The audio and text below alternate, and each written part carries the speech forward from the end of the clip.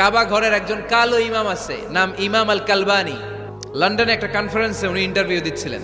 ওনাকে বলা হলো, কাবার সব ইমাম সাদা ইমাম, আপনি কালো মানুষ, কেমনি ইমাম হইলেন? উনি বললেন, আমার মায়ের বদদোয়া আজকে আমাকে কাবা ঘরের ইমাম বানিয়েছে।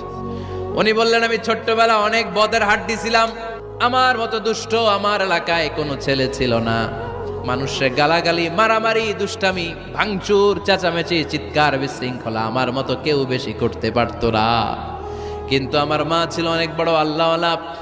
আমার মা জানতেন আল্লাহর কাছে দোয়া করার কত বড় পাওয়ার। আমার মা যখন আমার উপর রেগে যেতেন, আমার মা জানতেন রাগের মাথায় বদদোয়া দিলে বদদোয়া কবুল হয়ে যাবে।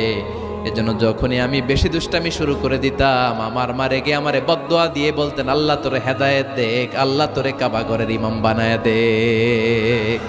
আপনারাও আপনাদের ছেলে মেয়েদের জন্য একটা ভালো দোয়া সেট করে নেবেন, রাগ আসলে ওই দোয়াটা করবেন।